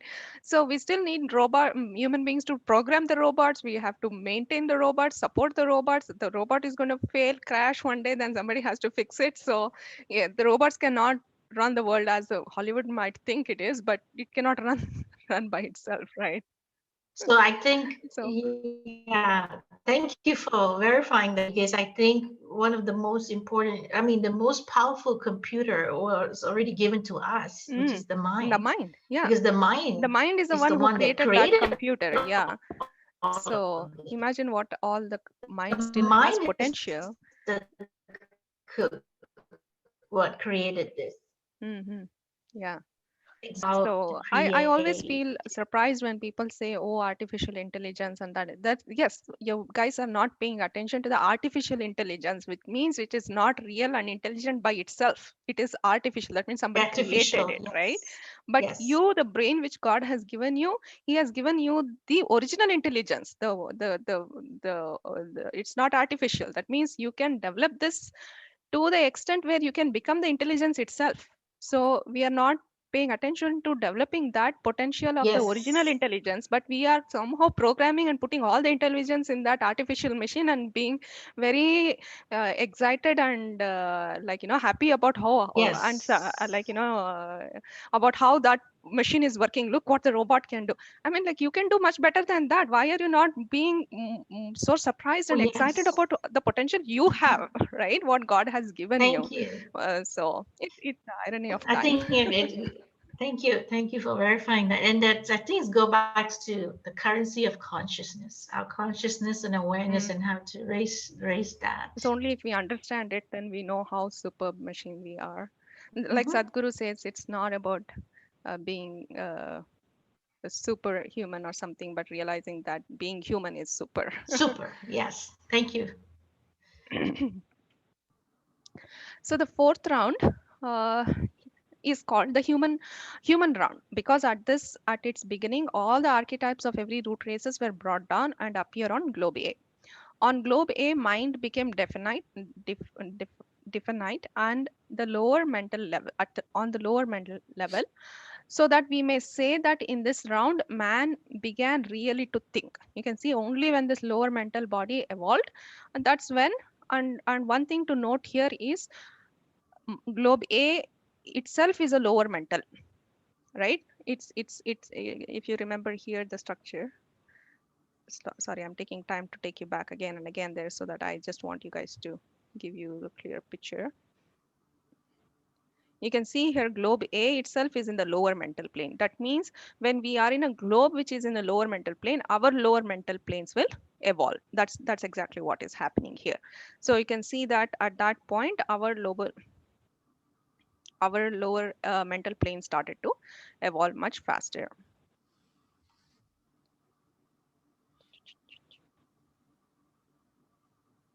Was he? Yes, here. So on globe here, okay, strife, disharmony, and unrest were introduced. Animal kingdom drew decisively apart from man, began to feel fear and hatred. Lords of the moon, you can see how once the mind started, lower mental mind started to develop, we started getting these kind of influence from the negative feelings, strife, disharmony, unrest. And because of this fear and hatredness, the animal kingdom kind of started being scared of the human like the man. Lords of the moon incarnated and taught them many things, among others to use the use of fire. Although they did not know how to start one, fire was kept burning, always, always, burning always. That's where the term sacred fire came from. Lord of the Moon planned a canal system in Mars. The fifth root race was white in color, were good, well meaning, and kind, though not capable of any large ideas. not much widely spread feelings of affection or self-sacrifice. Now we come from globe A. Here we come to globe C, which is the Mars. In Mars, how we almost were white in color, good meaning, well intentioned, a little bit feelings of self-sacrifice, little bit feelings are developed, but we didn't have any widespread feeling of affection or self-sacrifice. They divided the food, built their houses of hewn stone with no mortar. They had no perseverance and even yet but little reasoning capacity. There was no reasoning capacity because the higher mental and intelligence or the buddhi aspect is not yet developed. That's where the intelligence and intellect come from, the buddhi aspect, right? That is not yet developed. So that's why we don't have any reasoning there. We have certain set of feelings here and affection because a little bit manas or the lower mental is starting to blossom. The sixth race people were much more powerful with considerable amount of will and determination. Sixth race meaning within the Mars there will be 7 races, right? The sixth race people we are talking about here. The seventh race people were more mentally superior and cunning. You can see that when the mental superiority increases, these negative qualities starts to make home in the mind. This race starts writing and also made roads. So that was the one of the some of the achievements of us in the Mars. This is how we lived there. Now we go to the Earth chain. The fourth round, we are in fourth round. The same fourth round, globe D from Mars. Now there was a Praliya on the Mars. In between, inter round Praliya, we jump to the Earth here. Now, within the Earth, how is the globe period going to pan out? We are going to go through 7 root races and then the Earth period will be done, right? Now, when we come to the Earth phase, now I'm going to jump into studying the root races, how the root races evolved in the Earth period. You remember the first diagram I showed, which was like the Hyperborean race, the first root race, and then 7 sub races, second root race, 7 sub races. That's what we are going to study here. This again, I have just picked very, very high level details. But if you read the book, he gives you details about what kind of plants grew, what kind of food they were eating, and how this happened, how that happened. A lot of stories there, but I'll just pick few interesting things in here. So what happens here? Let's see. The fourth round is called the human round because at its beginning, all the archetypes of every root race was brought down and appeared on globe A. The first race was etheric, repeating the first round. The second race was of the pudding bag type, repeating the second round. The third race repeated the third round, the Lemurian. Now, the fourth race may be considered as the most typical of the fourth round. This special arrangement was set up to help the entities who, though considerably behind the rest, could catch up with the rest of them. Earth at the beginning of the fourth round is in condition of terrible turmoil. There are gigantic convulsions of nature, the crash of falling mountains, the roar of volcanoes. For 200 million years, this continues. For 300 million years, the nature spirits have been busily working to form minerals, vegetables, and animals of the lower kind. When the incessant turmoil of the earth is nearing its end, some of the lords of the moon or Barhishats come to see if the earth is ready for the making of man. The first land appears. It is the peak of the Mount Meru. It is the imperishable sacred land, now in the Gobi Desert, also called as Shambhala. This is the spiritual pole of the earth. Now you can see many considerable things happens, right, in the fourth round.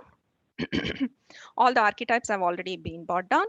The first race was a etheric race. That means they didn't have any physical body. Now you can remember here, Shanti, you asked me earlier, oh, what will happen to these kind of people who individualized with the orange body, the yellow body, and the pink body? These class of people were given this opportunity in the first round. They were brought down and they were given some opportunity to change themselves, like given some extra time to work on themselves, so that by the time the third and the fourth root race people came in, who had already developed to much higher level in the moon chain. That means people like Mars and Mercury, Sirius and Heracles, and all these people. It is just a few that we know. There were millions in that group, right? that who had individualized and who had already become human beings in the moon chain. Before they all come in, so they gave opportunity in the first two races of the earth for these kind of people who were not very well individualized, given extra space and time for them to develop by themselves. Now when we say first and second race, it's not 1 or 2 days, it's millions of years, right? So they gave them that extra space here. You can see here this special arrangement was set up to help the entities who were considerably lagging behind to catch up with the rest of them. So during this time, what happens, it almost took 300 million years for the nature spirits to create the minerals, the plants and the animals that we see today. And it is so easy for us to consider them as like, oh, they are there and we don't pay much attention. But look at the amount of time and effort that they have put in to create even one blade of grass or one ant or one bee or things like that, which are serving us for our existence. Like we might consider these insects are just insects, but there is one saying when I heard from Sadhguru that if all the human beings died of suddenly on one snap of a finger, everybody died today, nothing will happen to the world will flourish by itself. But say one snap of the finger, all the insects died, we are going to die within 1 month, because there will not be place for us. There is no food without insects. There is no when there is no food, there is no decomposing without the insects. There is nothing growing without the insects. So literally everything will die within 1 month, because even though they are the smallest creatures that we don't pay attention to, but they are very essential for our growth, which should make us humble and more respectful of them, which we don't. Shanti, did you have a question? Oh, no, thank you. That was, No, okay. I heard the same with what Sadhguru had said. Yeah. Thank you I for never that. paid attention to that, but once I heard it, it gave me a very new perspective. Yes. So I have some more points in the first root trace here. The Lord of the Moons descended in Shambhala. Oh yeah, I forgot to tell about Shambhala. Right, for the first land which appeared in this ocean. At one point, the Earth was completely an ocean. The first land that came up was the Mount Meru, which is in Himalaya right now. That Mount Meru is where right now is the it's in the Gobi Desert, and that's where Shambhala is. You guys all have an idea of Shambhala, right? So that is where the Lord of the Flames reside, which is Sanat Kumara, who is the king of this world right now, of this earth right now. He came from the Venus evolution and he's been here. With him came 4 other Kumaras who are, we can get into that details in some other class. Actually, it can take a whole class by itself to talk about these Kumaras. So anyway, these are the people who are residing there, and they help uh, govern us and make everything go as smoothly as possible on this earth. And it is still the spiritual head of the world. It has certain powers in it, and some people actually know where that place is exactly. A common man can not reach there, but it seems every 7 years the Lord of the Flame, or the Sanat Kumara, who is also called as Muruga in India, many names, Kartikeya, Muruga, like that. They have a meeting every 7 years, and he invites all the spiritual heads of all religions, people who are spiritually evolved. They are invited and they have a meeting and a celebration kind of, and they say it is very beautiful and everything. So I haven't visited, I have not been there, so I'm just reading off the book. So next thing. The Lord of the Moons descended in Shambhala, separated from their own etheric bodies, Chaya, or shadow, a seed of life which contains within it the potential to develop human form. By effort of will, they duplicated their own etheric bodies, materializing in fact an additional etheric body, making it permanent, and then stepping out of it. Within the okay. Here, this one I'll just explain it because it gets a bit complicated. So what happens is, once this Lord of the Moons, they came in here, which is when they came to the earth, and they see that it is time for everybody to start developing their human forms. What they did was a very, very peculiar thing, or a very, very strange thing, they say, that happened. That means 7 people came.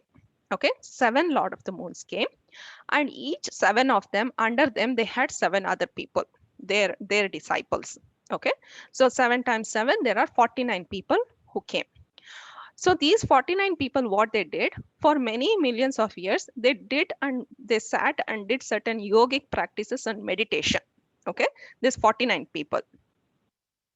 So these 49 people, when they did this meditation, kind of yogic practice meditation, it is called, they were able to create a etheric body which is an exact copy of themselves. Like imagine, like I take some clay and make a clay doll which is just exactly like me. You know that Madame Tussauds have the like a life-size replica of famous people. Just like that, they did a life-size replica of themselves, but not the physical body, but the energy body or the etheric body. Okay, and what did they do? After creating this 49 prototypes, that means 49 people created 49 prototypes. Okay, and they were able to literally, like we take off our jacket and hang it there, they were able to take it off of their body, that etheric double or etheric body, and hang it in this world. Now we will come to study it later on, why this was very important. Because that prototype, what the energy body, what they created, it was just an energy body. There was no soul in it. Just to be clear, there was no soul. It was just an energy body prototype that they created. And our souls, which was coming in from the moon chain, we came and took that photocopy or a prototype, and we created our copies. So every body we have is coming from that 49 prototypes which are present. Okay, this is might get a little bit confusing, but let me know if I can walk this through again. That prototype absorbs the vitality or prana from the sun.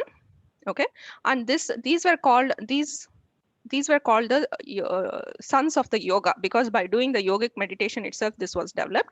So in the Jewish scriptures, they are called as the second Adam because the Jewish scriptures or people had already forced or went back and saw what had happened, and they named them the second Adams. These 3, the Brahashits, the sun, and the nature spirit, produce the rupa, that could, rupa meaning the form, that could stand, run, walk, recline, or fly, but still a shadow with no sense. Sun was the presiding planet. Fire, in fact, was their element, and they were unaware of water. At that point, they didn't know what water was. And these forms still existed for us to be used upon. Okay, I think I'll have 10 more minutes. I'll complete this one in that meantime. In the Earth chain, the 4th round, globe D, 2nd root race. During the ages of unknown length through which the first race lived, the Earth was settling down into quieter condition, and cataclysms were local. Slowly, more land appeared above the surface of the water and formed the vast horseshoe-shaped second continent called the Hyperborean or Plaksha. It occupied the now called the Northern Asia, joining Greenland, Kamakashta. I did not find this on Kamakashta on the map. I don't know. Probably I assume it was somewhere near the Greenland itself. Sweden and Norway was part of this and extended southwest over the British Isles. Climate was tropical and richly luxuriant. When time was ripe of the second root race for the second root race, then the nature spirits build around the chayas. Chayas meaning we saw previously how they did the yogic practice and left the shells. That shells are called as the chayas, right? The chayas, denser particles of matter on the outside. HPB says the outer of the first became the inner of the second. So this is how she says that whatever was the outer now became the inner, because the dense body, the physical body kind of what we have right now, those were built around the shells that the Brihaspatis or the Lord of the Moons had given us. Both sense of touch and hearing were noticed along with slight response to the Buddhic consciousness. This race was called Kim Purushas, the children of the sun and the moon. HPV says the yellow father and the white mother. Because this Kim Purushas is not just an etheric body, now it is an etheric body covered by a denser particles around it. So what is feeding that body? What is giving energy to that body is both the sun and the moon. That's why they are called as Kim Purushas. Their color was golden yellow, sometimes almost orange. The first and the second root races were evolving in parallel to the last Martian race. This was to give opportunity for some laggards to catch up. Now, see, this is a very important point here, right? As I said to Lynn's question earlier in the session, where what happens when if some soul is highly evolved and where do they go? That means this is what happening. Even before the Martian race was completely collapsed, you can see that the first and the second root race was already taking place in the earth, right? So if people had evolved much faster, these kind of people will be given opportunity to come here and start working on their bodies here. So, and also the first and the root race, first and the second root race, I told you this was also created for some of the orange, yellow and pink causal body people who were who kind of were laggards who didn't make much progress in those in the moon chain, and they were brought in early to give some extra space, extra time to catch up also. So what I want to understand here is there is no clear cutoff. Sometimes there is an overlap between the root races and sub races, so they exist in parallel. Okay, this is the last point I have. The fourth round, Globe D, third root race. The third race, the Lemurian, known in the Hindu Puranas as Danavas. HPB calls them the Great Mother travailed under the waves. She travailed harder the third, and her waist and navel appeared above the water. This was the belt, the sacred Himavat, which stretches around the world. The Himalayan chain emerged. That means what she's saying in here is after the Meru mountain came up, and then the Shambhala or the Shambhala place was formed in the Gobi Desert. In the third root race, you can see the Himalayan range started appearing. That was the second one which came up. The Himalayan chain emerged along with land at the foot to Sri Lanka until the land was extended until Sri Lanka, Sumatra, Australia, Tasmania, westward to Madagascar and part of Africa. You can see that from Himalayas to Africa to Australia, it was one big stretch of island. The ancient name for this continent was Shalmali. Lemuria as a continent was broken up into great islands, leaving fragments like Australia and Madagascar, mainly due to volcanic eruptions. Although now we don't have that part because that whole continent, because it has been broken up. You can see all these Philippines, Malaysia, all those things have become islands kind of. Australia has become an island by itself, and Africa is barely connected to the Asian continent, very small part there. About the middle of the Lemurian race, the climate changed greatly. HBB says the axle of the wheel tilted. The sun and the moon shone no longer over the heads of the people. People knew snow, ice, frost, and men, plants, and animals were dwarfed in their growth. The bulk of the population passed through the successive stages and eventually became oviparous or egg-bearing. Even at this point, there is no separation of sex because they were more, reproduction was more like egg. Separation of sexes took place in the secondary period, that is, after 18 million years of existing like this, like egg bearing. After 18 million years, separation of the sexes took place. Lemurian bodies were composed of gas, liquid, and solids. Bones were not solidified yet, resembling the infant bones of today. In the second subrace, the bodies hardened. The consciousness was triple. The consciousness was triple means at this state we have Atma, Buddhi, and Manas. All three are functioning. So in between, when in the Lemurian race, which is exactly 21 million years ago from today, 21 million years ago, the lords of the flame, or the Kumaras, came from the Venus scheme of evolution, and they gave us a stimulation to develop our bodies and our mental abilities. You can see that only after they came, our Atma, Buddhi, and Manas developed, and we got a triple consciousness. I think we can stop here if anybody has any questions. There's is a lot more if you guys are interested in the 4th root race, how 5th root race, 6th root race, how we came through, but some other time. But today I think we are reached the limit. A lot of information. Vidya, can you go back to the picture of 7 chants? 7 chains, yeah.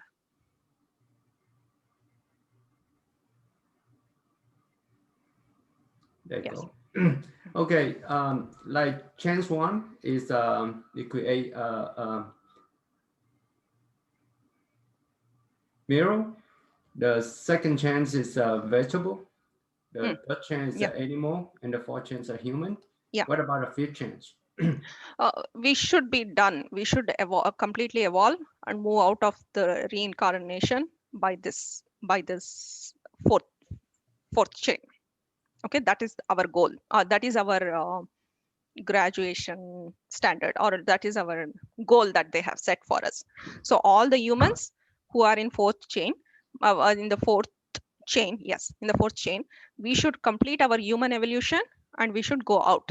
Okay, so let me explain one more thing. Let me show you one more thing here to make it clear.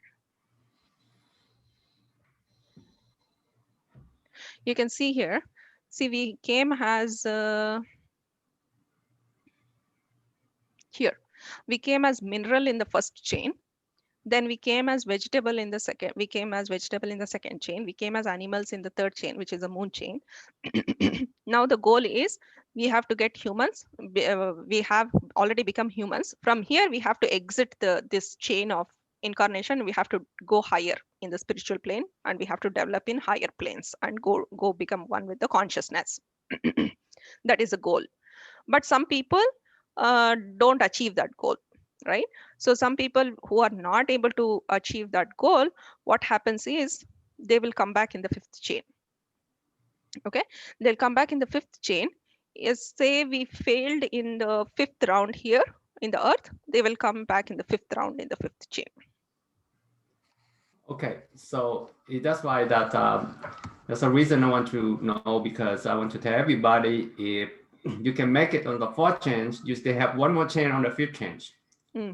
Yeah, or on the 6th chain or the 7th chain, but you have to make the progress. Even if we keep on delaying and delaying, HPP says in this book, one spot, she says that we are the masters are so tired of looking at us not making any progress. They are sitting and waiting, and they are like, why are these people wasting so much time? Come on, we are giving you so much opportunity, we are giving you so much knowledge. Come on, get up karke. They are literally pushing us, and we are like, it's okay, I'll do it tomorrow, I'll do it next lifetime, I'll do it next chain, I'll do it next round, kind of. We are wasting our time. She says that we get, and the masters are just so sometimes get so not restless, because they are beyond that kind of feelings. But anyway, they are like, want us to get up and start working.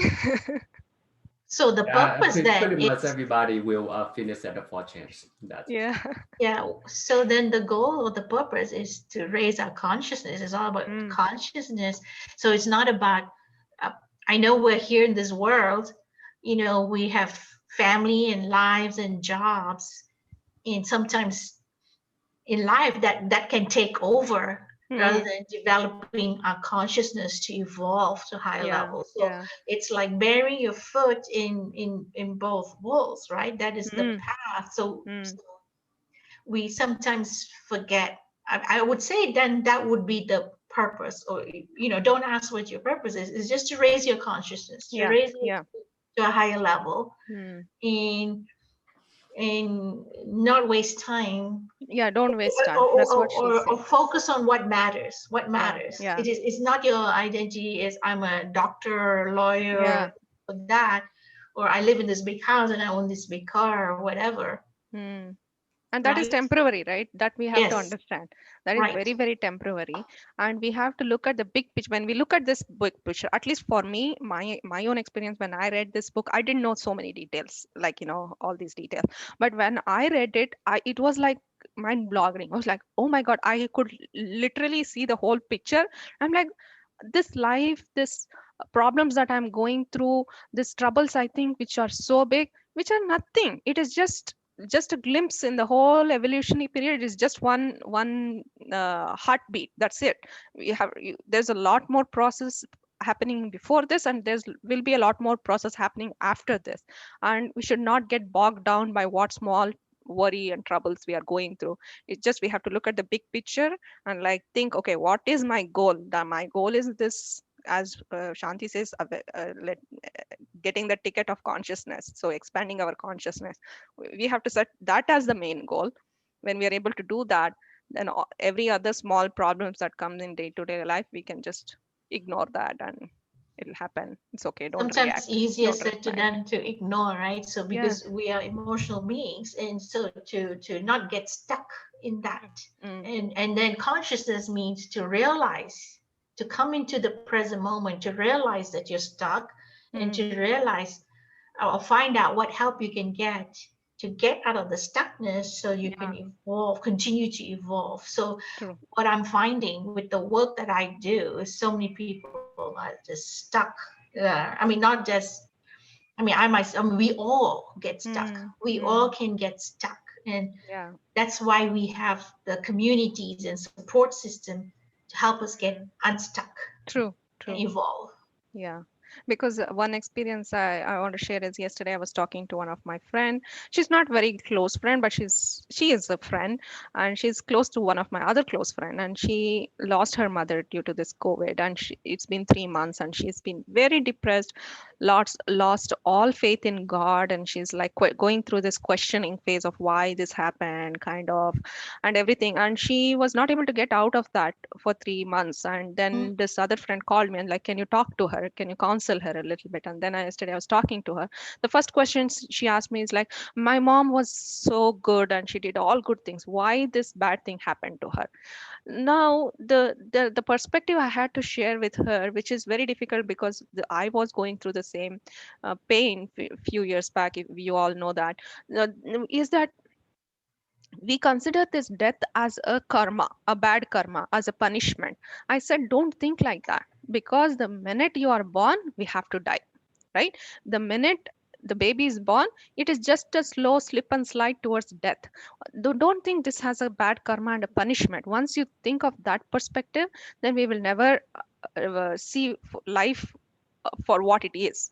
So then I was talking to her and explaining few things about all these things yesterday, and then she got that realization. Yes, what you're telling makes sense to me, because yes, why I should think as a karma, because it is not, because it was bound to happen. Now I was saying, if 20 years later, if God came and asked you, can I take your mom, would you say yes? 100 years later, 200 years later, even if you give 1,000 years, we are never ready to go, right?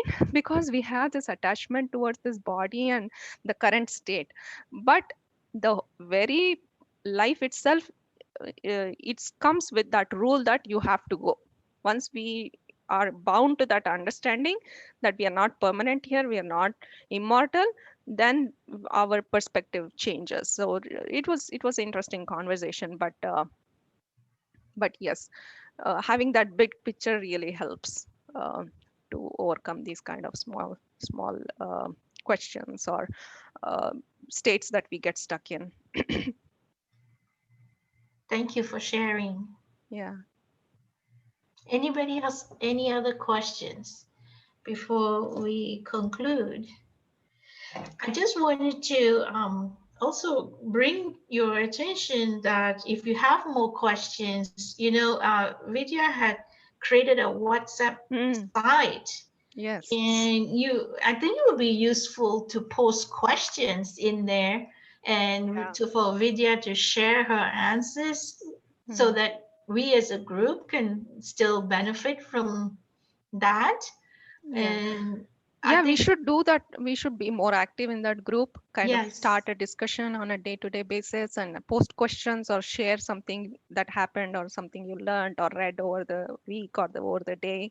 So everybody, at least that moment you are getting connected to the group and that thought process within the day. You never know. Sometimes randomly, I'm part of that European School of Theosophy group too. There is a very active group wherein they keep posting stuff.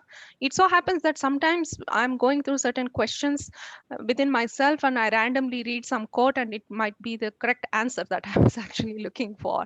So that kind of Yes. helps sometimes. And Yes. and we Thank can you. do that too. Yeah, we should actually. It should Maybe be the more, next week, interactive. please go through this presentation and ask me more questions there. Probably I will do some. It'll motivate me to do some research into the book and get you answers, or any more interesting facts that I study here, or crazy things that I come across and I'm like, what was this happening? Kind of, I will share it there too. Yeah. So yeah, thank you all. Thank you for giving me again this opportunity to share this small understanding that I got from this book, and hope it is helping you guys. And I hope I'm not making it too complicated and overloading you with information. But it is a big book. It is a 800-page book or something. So there's a lot of things to say. Thank you. We want to thank you, Vidya. Thank you for sharing your Yeah. study to us, and we learned so much. Thanks.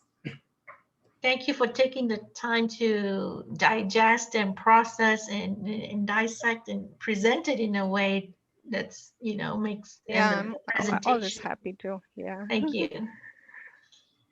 Anybody else before we close and no? I have one 30-second. It will be great to listen for the second time her thought about developing not artificial intelligence, but our spiritual intelligence, because unfortunately, right now, humankind spent tremendous amount of money, efforts to create so-called artificial intelligence, but we forget that before create something artificial, better put all these efforts on develop what we already have. And what I hear in the presentation, we already have all this. Let's put all these efforts on our development of our spiritual intelligence. Don't go outside, try to make something artificial. Develop what you already have, something real, which we get through all this chain of development. Thank you. Yeah, Good. true. That's good. Yes. I like that. Focus on spiritual intelligence. Thanks, everyone. Thanks, Vidya. Thank you. Thanks, Leah. Thank you. Anybody else before we close? Yes, so someone send out that link to the WhatsApp or that group chat that you guys were talking about. I have some more questions for Vidya, and I can ask about the Yeah, sure. We need your number. Or Vidya, or do you want to share your number so he can put it Yeah. on his phone? Yeah, I'll And- put my number here in the chat Thank box. you. Okay, let me find where the chat box is. So yeah, at the bottom, can you see chat? So it's not. So we just use the WhatsApp, and you created a group chat out of that. Yes. So what you do when Vidya, did you find chat No, at the bottom? At the bottom, maybe of your screen. Or if you can give me the number, I can type it. Yeah, 281 281 216 216 0605. 0605. So, Duke, what you do is put her contact number on your phone as a contact. So, Vidya, right? VIDYA. Yeah. And then what you can do, go to your WhatsApp app and search for her, search for Houston. The group name is Houston TS. Let me see. Let me make sure.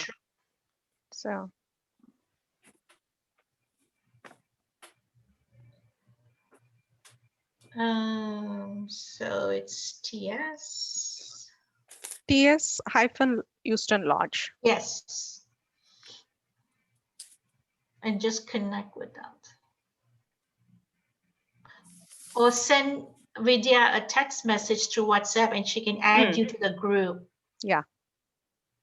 Okay, I'll do that. I'll send text message video. Thank you. I Awesome. gave the group name there too. Yeah. Oh, great.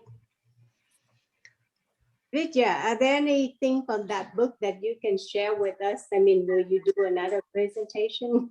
Sure, there's a lot more. Actually, I went through only half of the book. There is half more. We have details of 4th through trace, 5th through trace. If you guys are not bored and I'm not boring you guys, I'm more than happy to do Not. one. More than happy to share. All right, Vidya. Today, will be a today lot is- more Thank from you very you. much. Yeah, Sorry? today is my first day is your group, and I'm so excited because I love the topic. Yeah. Yeah, I love the topic, but it's like I just like can hear like half of your presentation because the other day I'm not in the group, so I'm so love it. So thank you so much for sharing, because then it's a lot of Sure. time that you have to do the research and then Yeah. narrow down all the information. Yeah. Yeah, I'm so I happy to. so I love really love doing information. this actually. Yeah. So is it able that can you email me the the information, then I can look it back for the previous day that I missed Okay. the classes? So what we can do is if you join the WhatsApp group, I'll share the link. Yes. The link is Uh-huh. on the YouTube. The first and the second recording should be on the YouTube. Oh, okay, that's Yeah. perfect. Yeah. So you can listen to that first and second recording before the next class. Then you will have Oh, good okay. idea. And once you listen to that, if you have questions, right, you message me in the group. We'll talk about that in the group. Okay. And Okay. also, Thank you so much. Mhm. and also, Vidya, if you do the PowerPoint as a PDF, you can share it in WhatsApp for people Oh, to yeah, refer. true. Can you do that, please? Yeah, that would be Yeah. Let me look into doing that. I will research and do that. Yeah, yeah. definitely. Thank you. So the next topic, as I told, would be if you are interested, we can go through the 4th through trace, which how did like this is how we used to look, and then the second sub race Talwati, this is how we used to look, and then how the pyramids were built, and then what happened in Atlantis and all that story. And also Tret was asking me to do about the last previous lives of alchemy, which give like a connection, how they connection and everything. That is something I'm also working on the presentations. Actually, I wanted to do that for my family group, who most of them are Theosophists, and they wanted to know. And this book, that Lives of Alchemy book is out of print. Society is not printing it anymore. So I was not it. I have been looking for that book for like more than 5-6 years. Every time I went to ADR, I asked the head library person. I know that ADR library person personally. I went and requested him, can you find one old copy for me, because I'm really interested to read it. And he said that no, as a society rule, we have stopped doing that, because J Krishnamurti himself requested that people are getting distracted with this kind of information, and they are not listening to paying attention to the spiritual growth and purpose. I know you are really interested in these things, and you are also in the spiritual path, but sorry, I don't have any copies karke. He told me. For 5 years I was very disappointed. And finally, somehow in Amazon, I was searching something. I came across that there is this publication called Kensinger publication. They keep record. They don't do printing for profit. They do it just because to preserve some of the old copies, like very good books, which has had an impact on the humanity. They print and keep it. Finally, I had to order it from them. It took 1 month. They printed and sent the books. So I was so very excited. And I learned a lot from those books. So my family was asking me to do a presentation. I was working on that, but maybe down the line, if you guys are also interested, we can have one session of that also. But that's also an interesting point that we have to maintain that balance, right?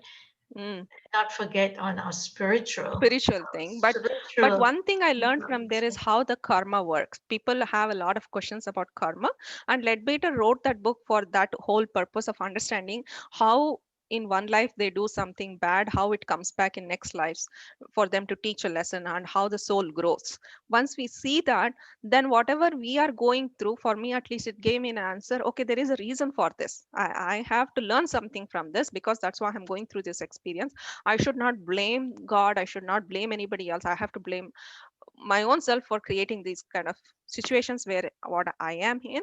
That gives a very good perspective on that. And also it gives a perspective on how the masters all through the ages, people who are in the spiritual process, every one of us, I have a strong belief that we all are here together in this session just because we are connected by that thread from many lifetimes, that we are growing together. We are all that group in one class that the masters want us to grow, and he has brought us from different countries that we have come here, settled, and still we are able to connect through this common platform of society, and we are growing together.